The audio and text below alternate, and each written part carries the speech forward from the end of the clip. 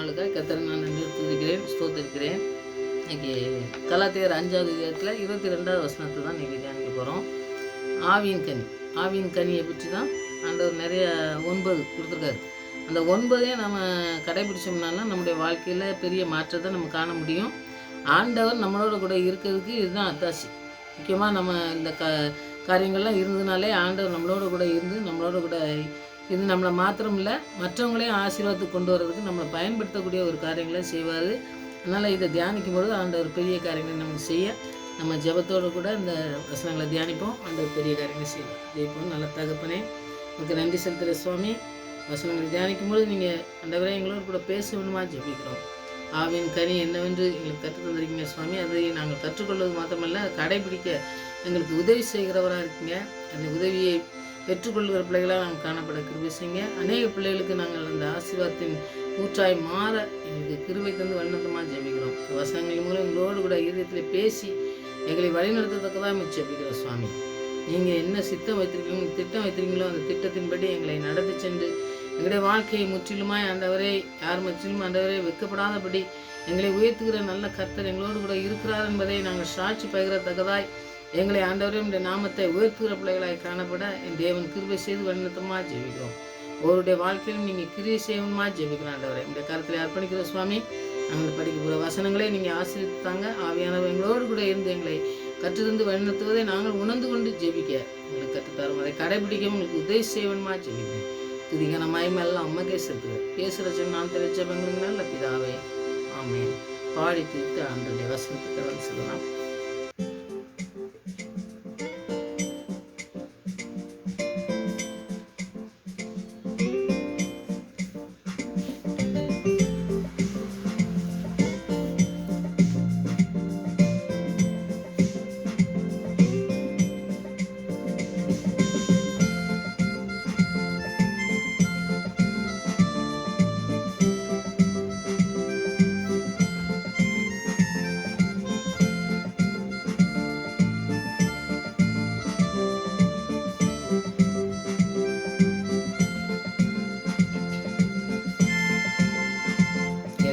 நாமத்துக்கும் மிக மேலான நாமம் இயேசுவின் நாமமே.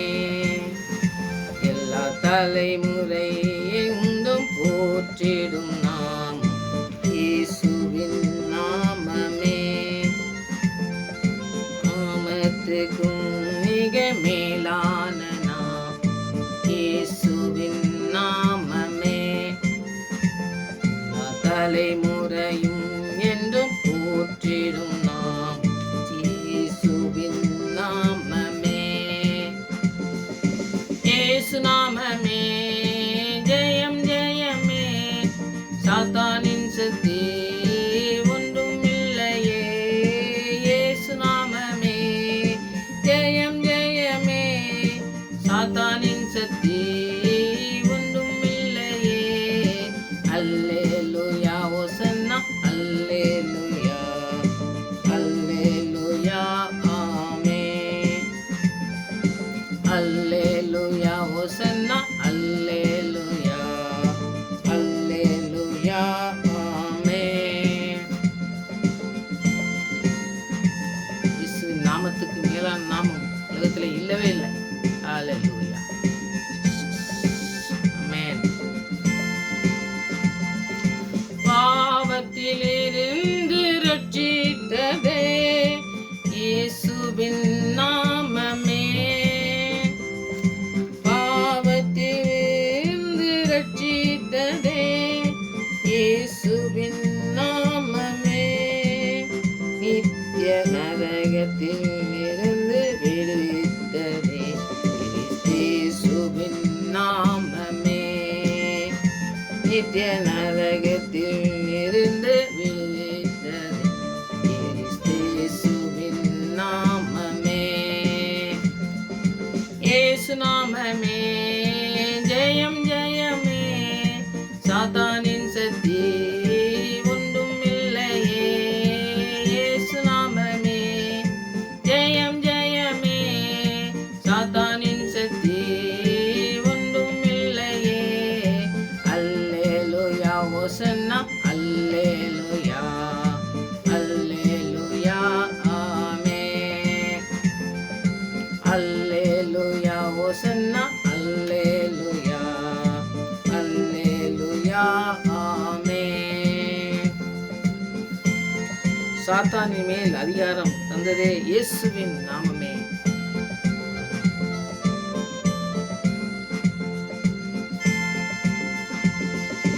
சாத்தானின் மேல் அதிகாரம் தந்ததே இயேசுவின் நாமமே. சாத்தானின் மேல் அதிகாரம் தந்ததே இயேசுவின் நாமமே.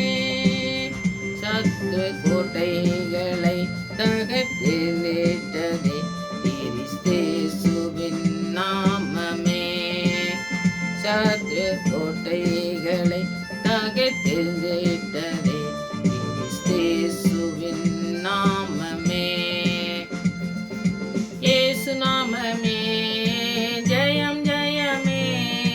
சாத்தானின் சக்தி ஒன்றுமில்லையே. இயேசு நாமமே ஜெயம் ஜெயமே. சாத்தானின் சக்தி ஒன்றுமில்லையே.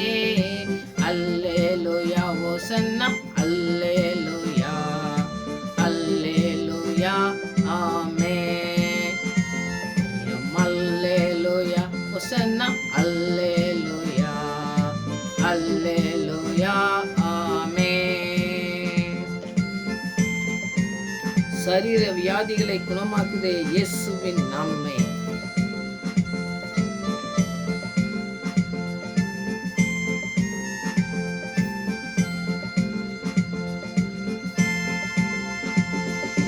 சரீர வியாதிகளை குணமாக்குதே இயேசுவின் நாமமே. சரீர வியாதிகளை குணமாக்குதே இயேசுவின் நாமமே. தொல்லை கஷ்டங்கள் அனைத்தையும் நீக்கிடுதே இயேசுவின் நாமமே. தொல்லை கஷ்டங்கள் அனைத்தையும் நீக்கிடுதே கிறிஸ்தேசுவின் நாமமே. இயேசு நாமமே ஜெயம் ஜெயமே. சாத்தானின் சக்தி ஒன்றுமில்லையே. இயேசு நாமமே ஜெயம் ஜெயமே. சாத்தானின் சக்தி ஒன்றுமில்லையே. அல்லேலூயா ஓசன்னா அல்லேலூயா அல்லேலூயா ஆமென். ஜெயம் அல்லேலூயா ஓசன்னா அல்லேலூயா அல்லேலூயா ஆமென்.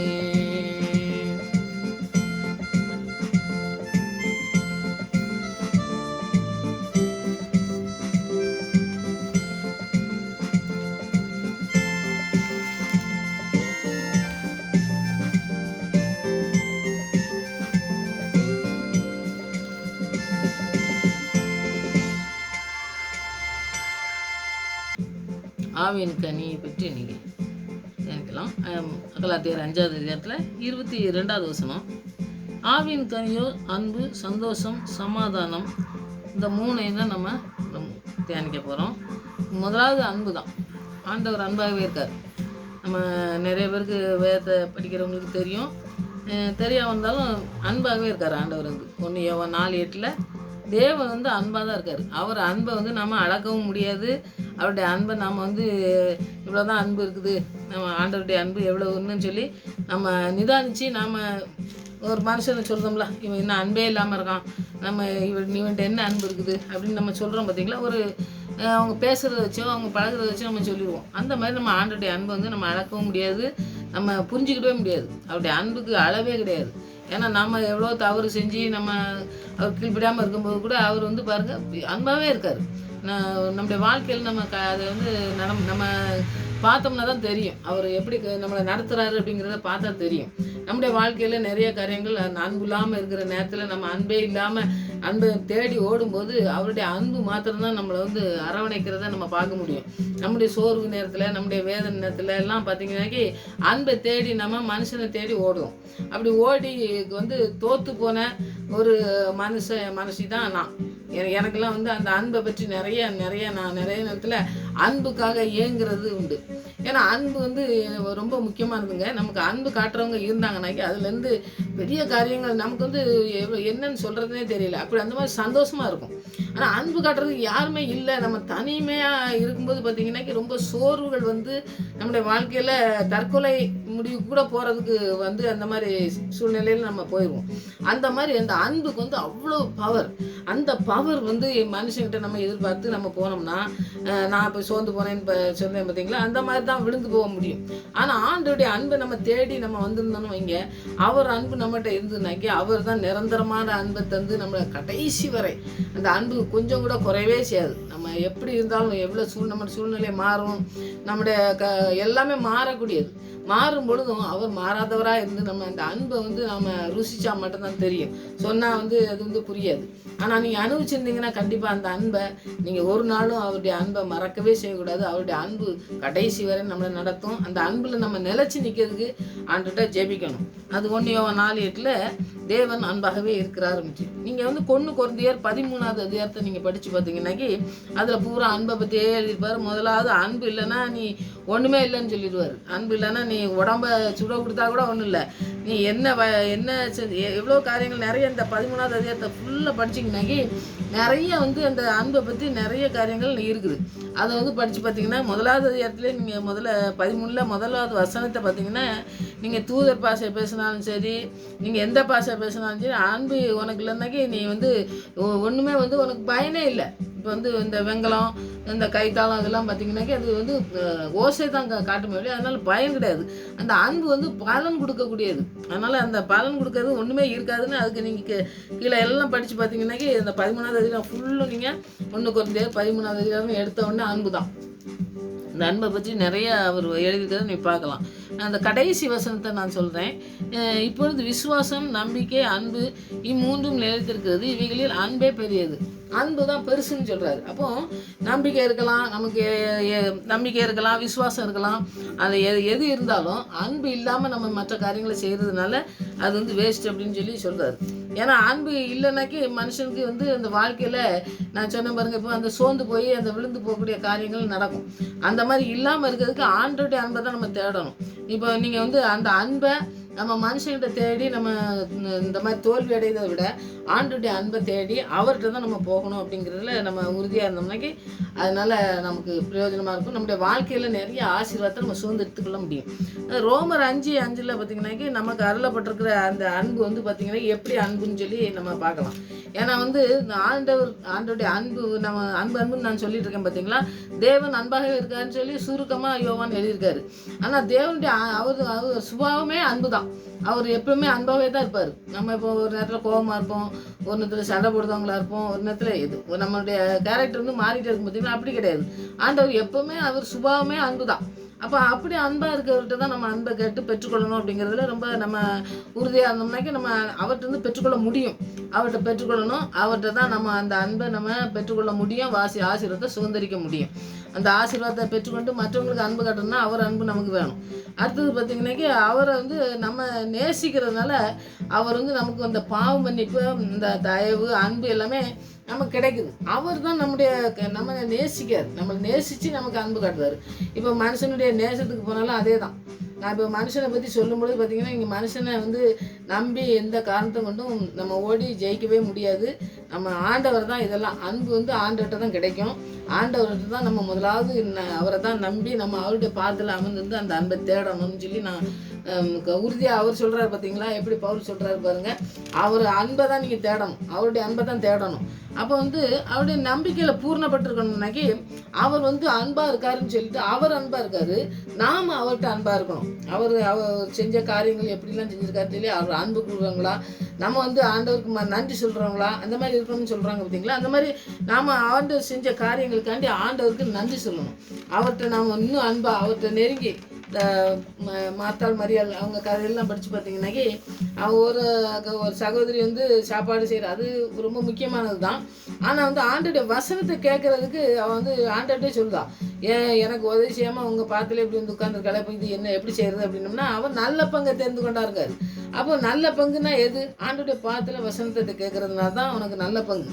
நீ சமையல் பண்ணுறதா அந்த மாதிரி பண்ணுறதுலாம் அவன் நல்லது தான். ஆனால் அதுக்கு முதலிடம் ஆண்டவர் கொடுக்கவே செய்யலை. ஆண்டவர் உடனே அவனுக்கு பதில் சொல்கிறார். அப்போ நம்முடைய வாழ்க்கையில் பார்த்திங்கன்னா எது முக்கியம்? ஆண்டோடைய அன்பை தேடுறது தான் முக்கியம். முதலாவது அன்பை தேடாமல் மற்ற அன்பெல்லாம் தேடிட்டு அப்புறம் விழுந்து போன பிறகு நம்ம வந்து ஆண்டோடைய அன்பை தேடினோம்னாக்கி அது நல்ல பலனே கிடையாது. அதனால் அந்த அன்பை நம்ம தேடி போகவே கூடாது. அடுத்தது ரெண்டாவது வந்து சந்தோஷம். சந்தோஷம்னாலே எல்லாருக்கும் நமக்கு தேவை தான். சந்தோஷம் இல்லைன்னா வாழ்க்கையில் எதுவுமே இருக்காது. அன்பு முக்கியமானது. அடுத்தது வந்து சந்தோஷம். இவர் சந்தோஷமாக இருந்தேன்னு மறுபடியும் சொல்லுன்னு சொல்கிறாரு. ஏன்னா ஒருத்தருக்கு சொன்னால் போகாது, இன்னொருத்தருக்கு சொல்லலாம் அப்படின்னு சொல்லி. ஏன்னா சந்தோஷங்கிறது வந்து ஆண்டவர் தான் தர முடியும். எல்லாமே ஆண்டவர் தந்தால் தான் நமக்கு. இந்த பிலிப்பியர் 4:4 பார்த்தீங்கன்னா கர்த்தருக்குள் எப்பொழுதும் சந்தோஷமாக இருங்க.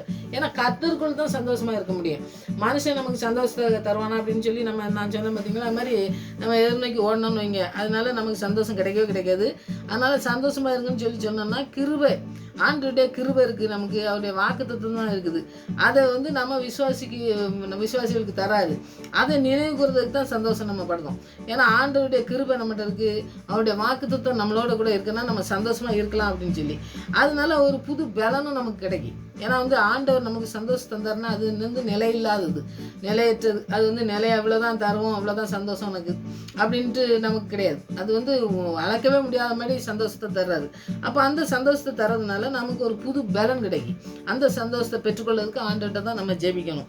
அதில் வந்து ஒரு 3 காரியம் நான் வந்து சொல்கிறேன். கிறிஸ்துவிலேருந்து நாம் அடைந்துள்ள ரட்சிப்பின் அந்த ரட்சிப்போட இணைஞ்சிருக்கோம் பார்த்தீங்களா, அந்த ரட்சிப்பை நமக்கு தந்திருக்கிறதுனால அந்த இணைஞ்சிருக்கிறது தான் ஒரு சந்தோஷம். அவரோடு கூட இணைஞ்சிருக்கிறதுனால ஒரு சந்தோஷம் கிடைக்குது. அந்த சந்தோஷத்தை அவர் கூட இருக்கும்போது தான் நம்ம பெற்றுக்கொள்ள முடியும். அவர் ரட்சிப்பை நமக்கு தந்திருக்காரு பார்த்தீங்களா, அதில் நம்ம இணைந்திருக்கும் போது தான் அந்த சந்தோஷம் நமக்கு கிடைக்குது.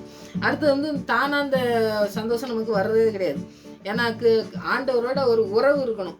அவரோட உறவு, அவர் வந்து நமக்கு வந்து எப்படி நம்ம அவருடைய பிரசனம் நம்மளோட கூட இருக்குது அப்படிங்கிறதெல்லாம் நம்ம வந்து அனுபவிச்சா மாத்திரம்தான் அந்த சந்தோஷம் நமக்கு கிடைக்கும். 2வது 3வது பார்த்திங்கன்னாக்கி தேவன் வந்து நம்மளை மீட்கும் வரங்களை தந்திருக்காரு. மற்றவங்களை மீட்கிறதுக்காக நமக்கு வந்து வரங்கள் தந்திருக்காரு. அவங்க வந்து ஏதோ கஷ்டத்தில் இருப்பாங்க, ஒரு வேதனையில் இருக்கும்பொழுது அவங்களுக்கு சந்தோஷத்தை கொடுக்கக்கூடிய ஒரு காரியங்களை ஆண்டு செய்ய சொல்லி நம்ம ஜெபிக்கும் பார்த்தீங்களா, அந்த காரியங்களை நம்ம செய்யும் பொழுது அவங்களுக்கு ஒரு சந்தோஷம் வருது.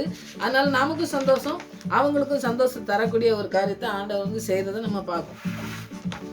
அடுத்து வந்து 1 தெசலோனிக்கேயர் 5:16 எப்பொழுதும் சந்தோஷமாக இருங்கள்ட்டு இப்பவும் சொல்கிறாரு. அந்த தெசலோனிக்கேயருக்கு வந்து சொல்கிறாரு. அவர் வந்து காரியங்கள் சொல்லும் பொழுது பார்த்திங்கன்னா அவர் வந்து நிறையா கஷ்டங்கள் பட்டதுனால அந்த உபத்திரத்துலலாம் போனதுனால அப்போ போனாலும் ஆண்டவருடைய பிரசன்னம் அவரோட கூட இருக்குது. ஏன்னா அவருடைய அழைப்பு இருக்குது. அவர் எங்கே போக சொல்கிறாரோ அங்கே தான் அவர் வந்து போகிறாரு. எப்படி பேசணும்னு எல்லாத்தையுமே ஆண்டவர்கிட்ட கேட்டுட்டு தான் அவர் செய்கிறதுனால அவர் எப்படிப்பட்ட நிலையிலும் பார்த்திங்கன்னா சந்தோஷமாக இருங்கன்னு சொல்லி மற்றவங்களுக்கு அவருடைய அனுபவத்தின் மூலமாக நமக்கு சொல்கிறாரு. அப்போ அனுபவத்தின் மூலமாக சொல்லும் பொழுது நம்முடைய வாழ்க்கையில் அவர் எப்படி அனுபவத்தின் மூலமாக போய் அவர் ஜெயிச்சாரோ அதுபோல் நம்மளும் போய் ஜெயிக்கணும் அப்படிங்கிறது தான் அவர் வந்து சொல்கிறத நம்ம பார்ப்போம். அப்போது நமக்கு சந்தோஷம் தரணும்னாக்கி ஆண்டவருடைய ஆவியானவர் தான் நமக்கு தர முடியும். அதை எந்த சூழ்நிலையிலும் நாம் வந்து அவர் இருக்கும் பொழுது அதை பெற்றுக்கொண்டோம்னாக்கி அந்த சந்தோஷத்தில் நம்ம நிலைத்து நிற்க முடியும். ஏன்னா உலகம் கொடுக்குற பிரகாரமாக நம்ம வாங்கினோம்னாக்கி அவங்க சந்தோஷம் பேசுனாங்கன்னா ஒரு நிறைய இடத்துல பார்த்தீங்கன்னாக்கி எனக்கு சந்தோஷம் இல்லை, அதனால் எனக்கு கவலையாக இருக்குது அப்படின்னு சொல்லிட்டு ஏதோ ஒரு காரியங்களை செய்வாங்க. அந்த காரியத்தினால அவங்களுக்கு நிரந்தரமான ஒரு முடிவு கிடைக்கவே கிடைக்காது. நிரந்தரமான சந்தோஷம் கிடையாது. ஒருத்தர்கிட்ட பேசிட்டு வருவாங்க, ஒருத்தர் ஒரு படம் பார்க்க போகலாம், ஒரு கதை புஸ்தகங்கள் படிக்கலாம். அந்த மாதிரி படிக்கும்போது பார்த்திங்கன்னா அந்த நேரத்தில் அவங்களுக்கு வந்து அந்த சந்தோஷம் கிடைக்கலாம். ஏதோ ஒரு அனுபவிச்சுட்டு அந்த சந்தோஷம் கிடைக்கும். அது ஒரு மணி நேரத்தில் தான். ஆனால் அதுக்கு பிறகு அந்த சந்தோஷம் வந்து நிலையேற்றது, அது அவ்வளோதான் முடிஞ்சுது. அப்புறம் வந்த பிறகு திருப்பியும் அந்த சந்தோஷம் இல்லாமல் அவங்க இழந்து தான் இருப்பாங்க. அதனால் நிலையான சந்தோஷத்தை தரக்கூடிய ஆவியானவரை பெற்றுக்கொண்டு, ஆவியானவர் என்ன தராரோ அந்த ஆவியின் கனியை நம்ம பெற்றுக்கொள்ளணும். அதில் சந்தோஷம், ஆண்டவர் தான் நமக்கு சந்தோஷத்தை தர முடியும். அதனால் அந்த சந்தோஷத்தை பெற்றுக்கொள்ள நம்ம ஜெயிப்போம். 3வது சமாதானம். இது சமாதானம் எல்லாத்துக்குமே தேவை. சமாதானம் இல்லைனாக்கி உலகத்தில் வாழ்க்கையை வாழுறதே வந்து அதுவும் ரொம்ப கஷ்டம்.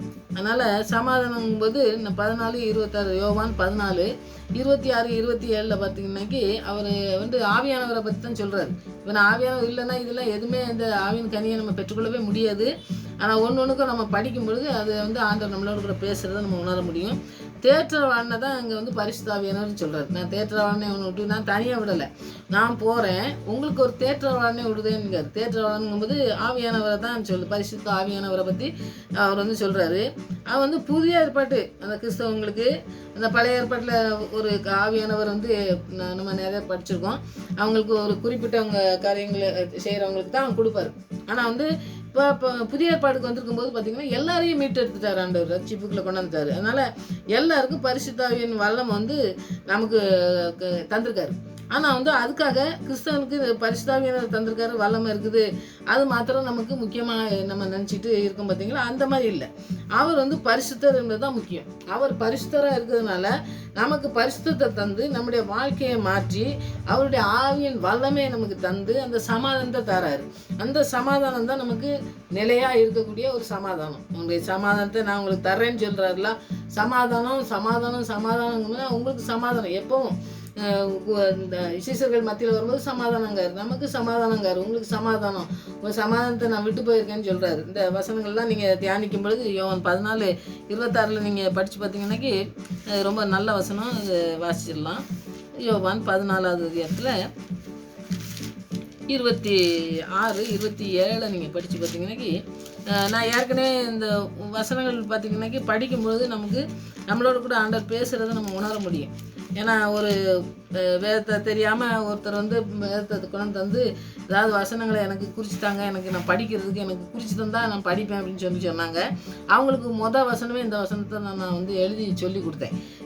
எப்போ நீங்கள் வந்து நீங்கள் சமாதானம் இல்லாமல் இருக்கீங்க, சந்தோஷம் இல்லாமல் இருக்கீங்க, அதனால உங்களுக்கு வசனத்தை நான் சொல்கிறேன், அந்த வசனத்தை நீங்கள் தியானிங்க, ஆண்டவர் உங்களோட கூட பேசுவாருன்னு சொல்லி நான் அந்த வசனத்தை குறித்து கொடுத்தேன்.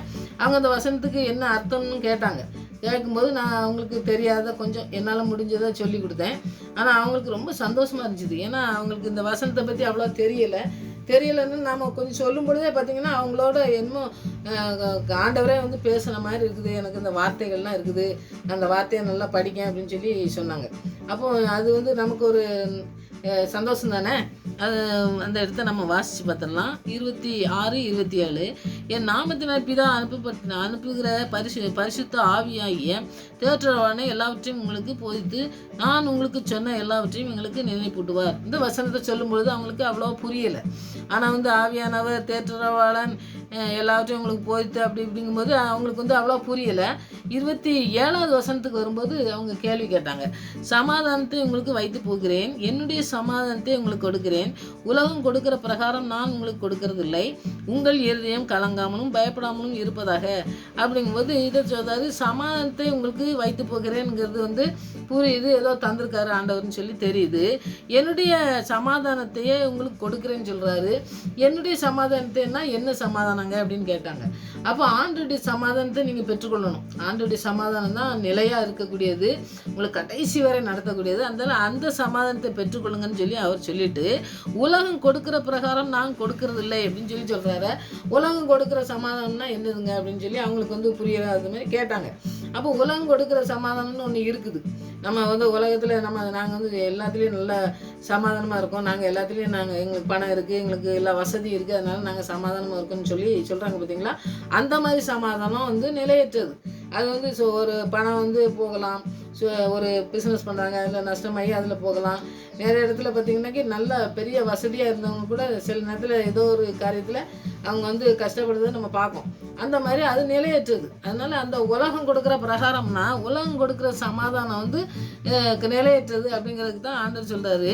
நீ உங்கள் இருதயம் கலங்காமலும் பயப்படாமலும் இருக்கணும்னாக்கி உங்கள் இருதயம் கலங்க வேண்டாம், பயப்பட வேண்டாம். நீங்கள் கலங்கிட்டு பயந்துட்டு ஒரு பிஸ்னஸில் இப்படி ஆயிடுவோம், நம்ம இப்படி கீழே விழுந்துருவோமோ அப்படின்னு ஒரு கலக்கம் வரும் பார்த்தீங்களா. அதனால அந்த மாதிரி சமாதானத்தை ஆண்டவர் கொடுக்குறதில்ல. அவர் வந்து நிலையான சமாதானத்தை உங்களுக்கு தருவார். இன்னும் நல்லா புரிஞ்சுதுங்க. நான் இதை ஓயாமல் நீங்கள் படிக்கும்போது இன்னும் ஆண்டவர் நல்லா உங்களோட கூட பேசுவார் அப்படின்னு சொல்லி நான் வந்து குறித்து கொடுத்தேன். அப்போது அவங்களுடைய வாழ்க்கையில் இது அர்த்தம் தெரியலை. ஆனால் உலகம் கொடுக்குற பிரகாரம்னா என்னன்னு தெரியாமல் இருக்காங்க. உலகம் கொடுக்குறதுனா என்னது, இவர் கொடுக்குறதுனா என்னது அப்படின்னு கேட்காங்க. அப்போ ஆண்டவர் கொடுக்குறத நம்ம உறுதியாக சொல்லணும். ஆண்டவர் கொடுக்குறது அது வந்து நிலையானது. அது உங்களுக்கு கடைசி வரை நிலைத்து நிற்கக்கூடியது. இது வந்து உலகம் கொடுக்குறது அப்படி கிடையவே கிடையாது. அதனால் ஆண்டவரை நீங்கள் பிடிச்சிக்கோங்க. ஆண்டவருடைய ஆவியானவர் உங்களுக்கு வந்து கற்றுத்தரதை நீங்கள் பிடிச்சிக்கிடுங்க. அவர் பரிசுத்தர், அவர் தான் சமாதானக்காரனர். அதனால் நீங்கள் சமாதானத்தை நீங்கள் பெற்றுக்கொள்ளுங்க அப்படின்னு சொல்லி நம்ம ஜெபத்தோடு கூட நம்ம ஜெபிங்கன்னு சொல்லி அவங்களுக்கு கற்றுக் கொடுத்தேன். நாமளும் அந்த வசனத்தை அப்படி தான் ஜெபிக்கணும். ஆண்டவர் பெரிய காரியங்களையும் நமக்கு செய்வார். அடுத்து வந்து பார்த்திங்கன்னாக்கி எல்லாருக்கும் தெரிஞ்ச வசனம் தான். கிறிஸ்மஸ் அப்போ நம்ம சொல்லி சின்ன பிள்ளைங்க கூட நல்லா வசனத்தெல்லாம் சொல்லுவாங்க. ஏசாயா 9:6 சமாதான பிரபு. அவர் தான் சமாதானத்தை நம்ம தரக்கூடியவர்னாக்கி சமாதானம் மாத்திரம் இல்லை, சமாதான பிரபுனாக்கி நம்ம பார்க்க பார்த்தீங்களா, அவர் வந்து அளவில்லாமல் அள்ளி கொடுக்குறவர். ஏன்னா நீங்கள் நிறைய சில இடத்துல பாருங்கள், நிறைய கொடுக்கும்போது பார்த்தீங்கன்னாக்கி என்னடா நீ பிரபுவா, பெரிய பிரபுவா அப்படின்னு சொல்லுவாங்க. அப்போ வந்து அது ஒரு பெரிய ஆசீர்வாதத்தை கொடுக்கக்கூடிய ஒரு நல்ல தகப்பன் நம்மளோட கூட இருக்கார் சமாதான பிரபு. அவர் வந்து பாவம் மரணம் இதிலிருந்துலாம் விடுதலை தந்து நம்மகிட்ட வந்து நம்ம மனுஷனுக்கு சமாதானத்தை உண்டு பண்ணார்.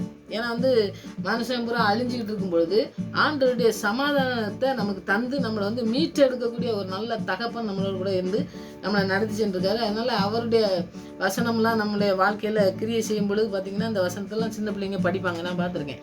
நிறைய படிக்கும் பொழுது ஆண்டவருடைய வசனம் ஒரு நாளும் வெறுமையாக திரும்பாது. பிள்ளைகள்லாம் படிக்கும்பொழுது பார்த்திங்கன்னா நிறைய வசனங்களை நம்ம கற்றுக் கொடுக்கணும்.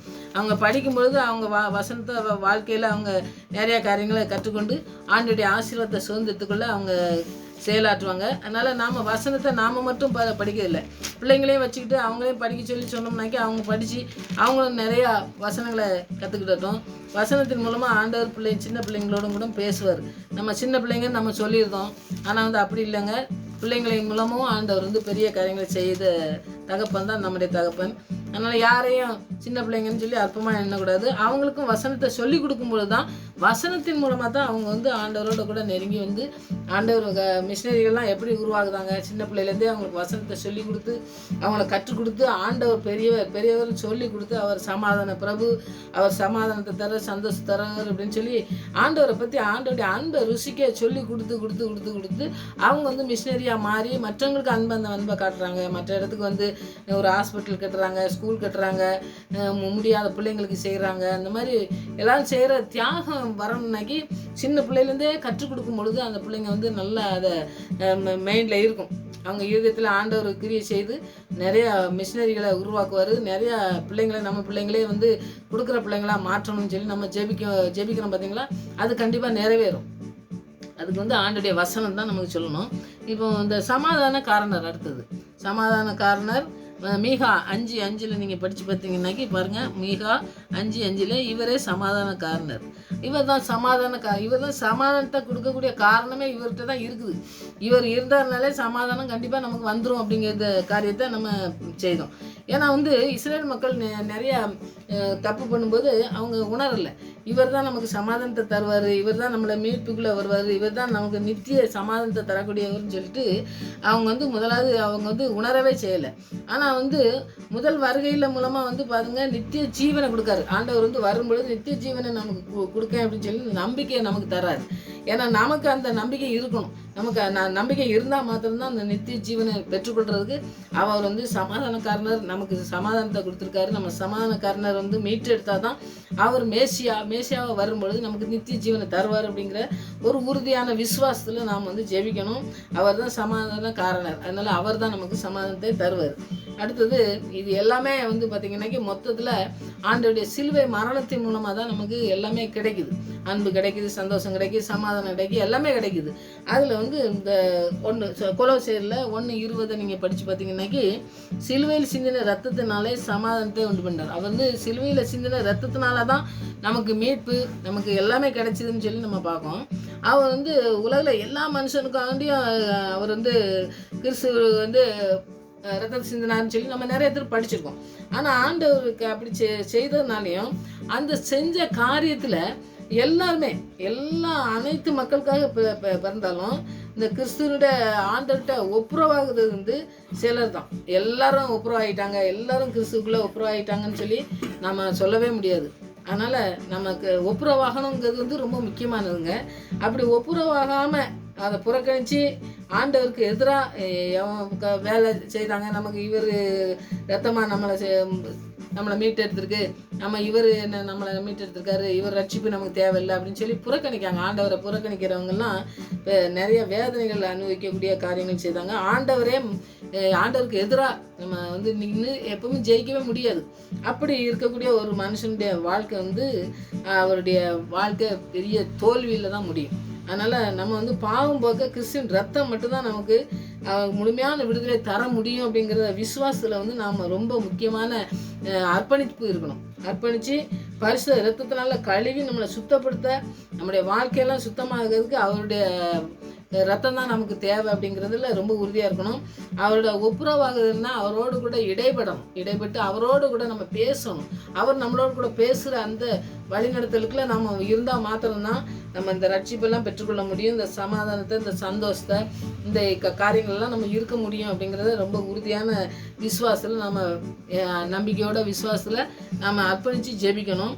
எப்பவுமே ஆண்டவரோட கூட பேசுறதுல, ஆண்டவரோட ஜெபிக்கிற நேரத்தை வந்து நீங்கள் எப்பவுமே வந்து எத்தனை தோல்வி விழுந்தாலும் சரி, ஏன்னா நான் என்னுடைய வாழ்க்கையில் நான் அனுபவிச்சதுனால நான் சொல்கிறேன். வேத வசனங்களை நாம் ரொம்ப தியானிக்கும் பொழுது பிசாசானவனுக்கு பிடிக்காது. அப்போ ஏதாவது ஒரு சோதனையை கொண்டு வந்து, ஏதோ ஒரு வேதனையை கொண்டு வந்து, இந்த பைபிளை படிச்சிங்கன்னா உனக்கு என்ன கிடைக்க போகுது, இந்த வேத வசனத்தை படிக்கிறதுனால உனக்கு இன்னும் பிரச்சனைகள் தானே வருது, அதனால் ஏன் இந்த வேத வசனத்துக்கு நீ முக்கியத்துவம் கொடுக்க, ஏன் ஜெபிக்க, ஏன் பாடுத அப்படின்னு சொல்லி நிறைய காரியங்கள் நான் என்னுடைய வாழ்க்கையிலாம் நான் அனுபவப்பட்டிருக்கேன்.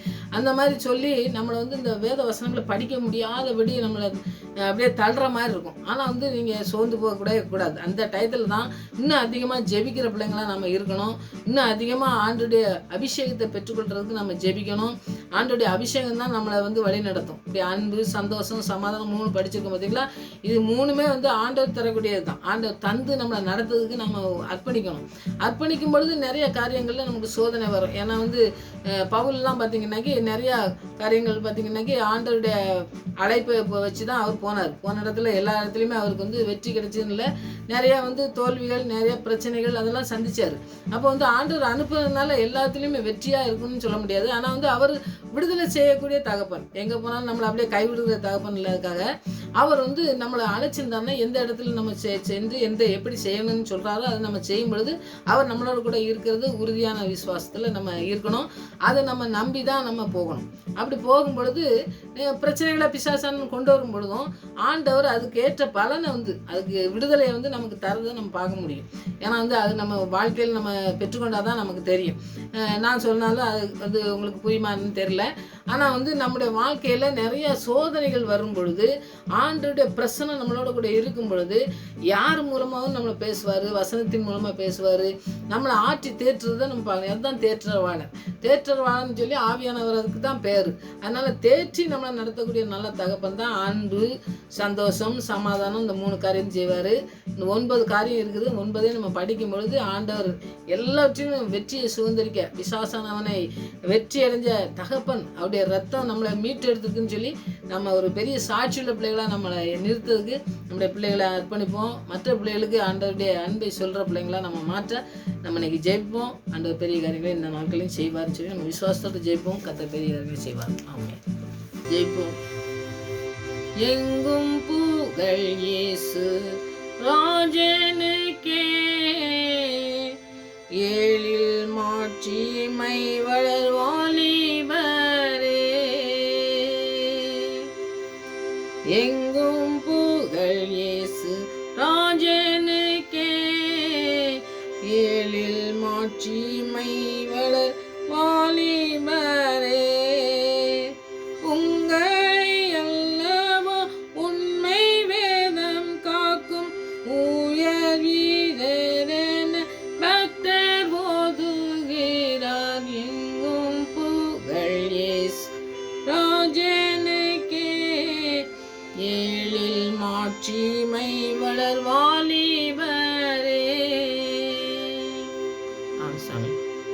வாழ்வதிலே சிருஷ்டிகரை நினை என்று சொன்ன தேவன் தகப்பனே, பிள்ளைகள் வாழ்வு வயதிலே உமக்கென்று அர்ப்பணிக்கட்டும் ஆண்டவரே.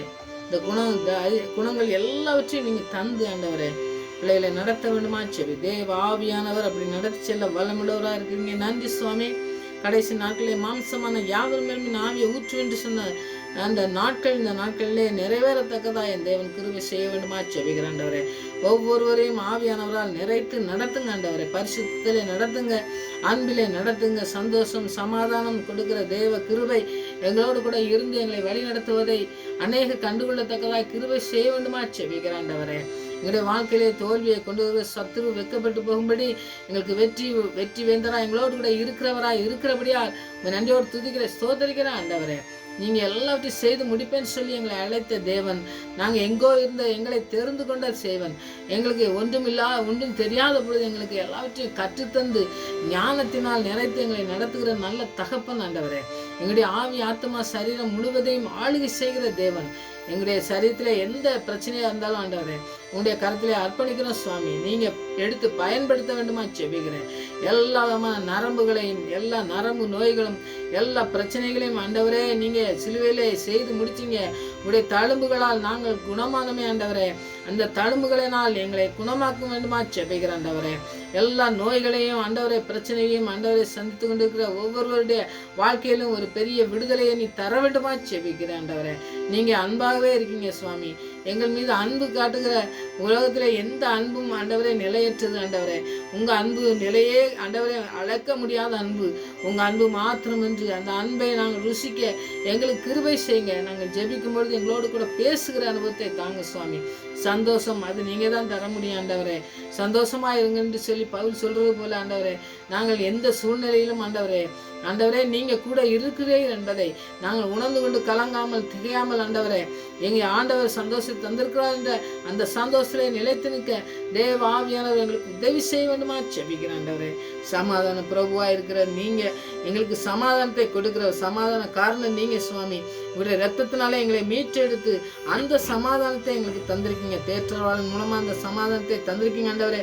அந்த சமாதானத்தை பெற்றுக்கொண்டு பிள்ளைகள் வாழட்டும் ஆண்டவரே. சமாதான பிரபுவே நீங்க ஆளுகை செய்து வழிநடத்துவதை இந்த நாட்களிலே நாங்கள் அறிந்து கொள்ள கண்டுகொள்ள எங்களுக்கு கிருபை செய்யுங்க. எத்தனையோ நோய்கள் பிரச்சனைகள் வந்தது எல்லாவற்றிலிருந்து எங்களை மீட்டெடுத்தீங்களே நன்றி சுவாமி. இந்த நாள் வரை எங்களை காத்து வழிநடத்துகிறீர்களே நன்றி சுவாமி. நாங்கள் ஜெபித்து ஆண்டவரே நாங்கள் கேட்டதும் கேட்க மறந்ததையும் கூட எங்களுக்கு தந்து எங்களை வழிநடத்துறீங்களே அக்கா நன்றி சுவாமி. வசனத்தின் மூலம் எங்களோடு கூட பேசுங்க. இன்னும் அதிகமாக பேசி எங்களை நடத்தி செல்ல வேண்டுமா ஜெபிக்கிறேன் ஆண்டவரே. உடைய நாமத்தை உயர்த்துங்க. உடைய வல்லமுள்ள பிரசன்னம் எங்களை தாங்கி இருப்பதை அநேகர் கண்டுகொள்ளட்டும். அநேகர் உங்களுடைய ஆண்டவரே அன்பை பெற்றுக்கொள்ளட்டும் சுவாமி. ஆண்டவரே நீங்க மாத்திரம்தான் அன்பாய் இருக்கிறீர் என்பதை அறிந்து கொண்டு அர்ப்பணிக்கட்டும். வாழ்க்கையை முற்றிலுமாய் அர்ப்பணிக்கிற பிள்ளைகளுக்கு நீங்க அற்புதமாய் நடத்துவதை உணர்ந்து ஆண்டவரே முழுவதுமாய் உம்முடைய கருத்திலே உம்முடைய பாகத்திலே அமர்ந்திருந்து அவங்க முடிவு எடுக்கட்டும் ஆண்டவரே. ஒவ்வொரு முடிவு எடுக்கும் பொழுதும் ஆண்டவரே உடைய ஆவியானவர் ஆண்டவரை கற்றுத்தந்து வழிநடத்தும். உடைய ஞானத்தினால் நாங்கள் பேச எங்களுக்கு கற்றுத்தாங்க. உடைய வல்லமையினால் நிறைத்து நடத்துங்க ஆண்டவரே. உடைய பரிசுத்த ரத்தத்தினால் எங்களை கழுவி சுத்தப்படுத்தி பரிசுத்தர் என்பதை நாங்கள் உணர்ந்து கொண்டு நாங்களும் பரிசுத்தமாய் இருக்க எங்களை அழைத்திருக்க அழைப்பிலே நாங்கள் முழுவதுமாய் ஆண்டவரை நிலை நிற்க தேவ ஆவியானவர்களுக்கு உதவி செய்ய வேண்டுமா செபிக்கிறோம் ஆண்டவரே. முற்றிலுமாய் அர்ப்பணிக்கிறோம். எல்லா நோய்கள் எல்லா பிரச்சனைகள் எந்த பிரச்சனையா இருந்தாலும் எல்லாவற்றையும் என் தேவன் சிலுவையிலே சுமந்து எல்லாவற்றையும் வெற்றி வேந்தராக இருக்கிறபடியா எல்லாவற்றையும் செய்து முடிப்பேன்னு சொல்லி எங்களை அழைத்த தேவன் உண்மையுள்ளவராக இருக்கிறபடியா இந்த கருத்தில் அர்ப்பணிக்கிறோம். பொறுப்பெடுத்துள்ள தரிசனம் எங்களை மூடி மறைத்து பாதுகாக்க வேண்டுமா செபிக்கிறேன் ஆண்டவரே. எங்களை ஜெபத்துக்கு பரிவர்த்தனா நன்றி. மறுபடியும் நம்முடைய சமூகத்திலே வருமறை எங்களை காத்து வழிநடத்தமா ஜெபிக்கிறேன். துதிக்கிற மகிமெல்லாம் மகிழ்ச்சி ஏசு நாம் ஜெபங்கள் நல்ல பிதாவே ஆமென்.